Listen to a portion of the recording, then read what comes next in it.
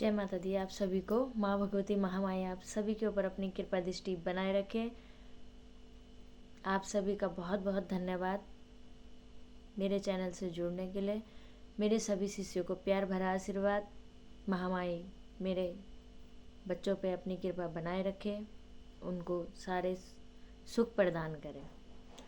आज का वीडियो मैं आप लोगों के लिए लेके आई हूँ।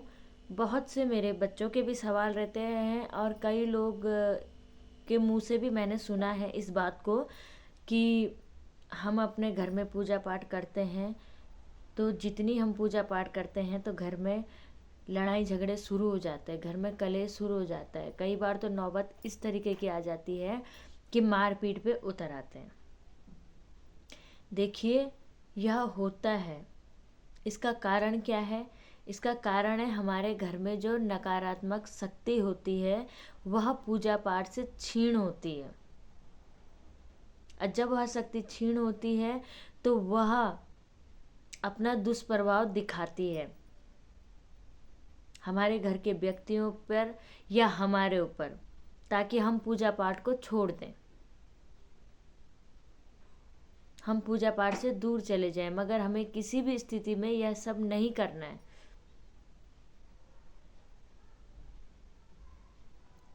जितनी पूजा पाठ बढ़ता है उतनी ही जो हमारे घर में नकारात्मक शक्ति होती है वह क्षीण होती है। नकारात्मक शक्ति कम होना शुरू हो जाती है।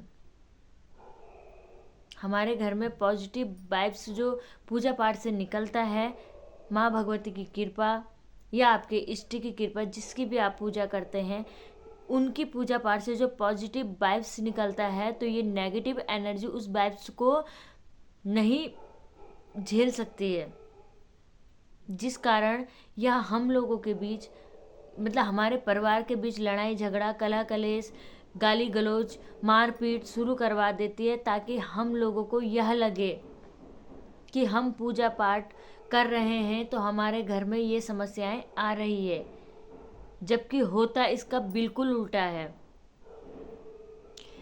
जब हम पूजा पाठ करते हैं तो जो हमारी पॉजिटिव वाइब्स होती है वह नकारात्मक वाइब्स पे काम करना शुरू करती हैं, उनको छीन करना शुरू करती है, उनको ख़त्म करना शुरू करती है, उनको नष्ट करना शुरू करती है। तो नेगेटिव वाइब्स हम लोगों को परेशान करना शुरू कर देती है, जो हमें लगता है कि हम पूजा पाठ कर रहे हैं और पूजा पाठ करने से हमारे घर में कलह कलेश शुरू हो जाता है। जी नहीं, ऐसा बिल्कुल भी नहीं है। पूजा पाठ करने से आपके घर में सुख शांति और समृद्धि आएगी। जैसे जैसे यह नेगेटिव वाइब्स ख़त्म हो जाएंगी, आपके घर में सुख समृद्धि वापस लौट कर आ जाएगी। ऐसी स्थिति में आपको बिल्कुल भी पूजा पाठ नहीं छोड़ना है, बिल्कुल भी नहीं छोड़ना है। आपको पूजा पाठ को और ज़्यादा बढ़ाना है ताकि यह नेगेटिव वाइब्स जो भी है बहुत जल्दी ख़त्म हो सके और हमारे घर में सुख शांति प्रदान हमें कर सके। अपनी पूजा में सुबह शाम जोत जलाइए। गंगा जल के छींटे जरूर अपने घर में मारा कीजिए।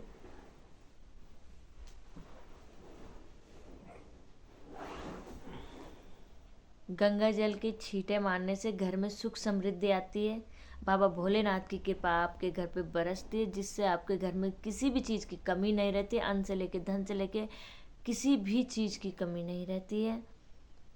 बाबा भोलेनाथ बहुत कृपालु है और गंगा मैया उनकी जटा में समाई हुई है, तो आपको गंगा मैया और भोले बाबा की कृपा मिलती है। और जो आपके घर में नेगेटिव वाइब्स है, अगर आप गंगा जल का छिड़काव करते हैं तो नेगेटिव वाइब्स क्षीण होती है। कई लोगों के घर में तो गंगा जल होता ही नहीं है। देखिए, ऐसे मत कीजिए। गंगा जल आपके घर में ज़रूर होना चाहिए। गंगा जल के छींटे आप सुबह अपने घर में ज़रूर मारिए। शाम को अपने घर में धुनी दीजिए।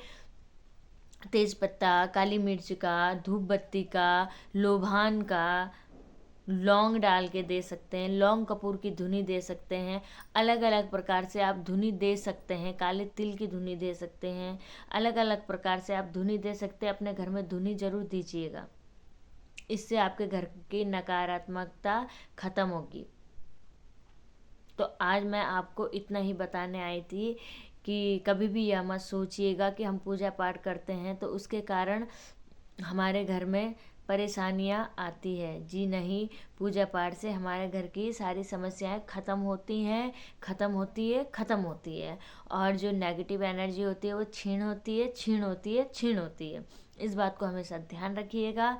और पूजा पाठ को कभी भी इस तरीके से सोच के कि मैं पूजा कर रही हूँ, मेरे घर में ऐसा हो रहा है, वैसा हो रहा है, तैसा हो रहा है, आप अपने आप को कमज़ोर कभी मत कीजिएगा। परमात्मा के ऊपर, माँ भगवती के ऊपर पूरा विश्वास रखिएगा। जिस भी इष्ट को मानते हैं उसके ऊपर पूरा विश्वास रखिएगा। आपके दिन सुधरेंगे, घर के कलह कलेश मिटेंगे और इतनी सुख शांति समृद्धि और ऐश्वर्य आपके घर में आएगा कि आप लोगों ने कभी सोचा भी नहीं होगा। तो इसी विनती के साथ कि आप अपनी पूजा पाठ को चालू रखिए। किसी भी भगत के द्वारा, किसी भी गुरु के द्वारा, किसी के भी द्वारा, या फिर खुद अपने मन से पूजा पाठ करिए, ज़रूर कीजिएगा। और हनुमान चालीसा का घर में ज़रूर पाठ कीजिएगा। हनुमान चालीसा का पाठ बहुत ज़्यादा ज़रूरी है और हनुमान चालीसा को नित्य की पूजा में शामिल कर दीजिए। इससे आपके घर में नकारात्मकता बिल्कुल भी नहीं आएगी।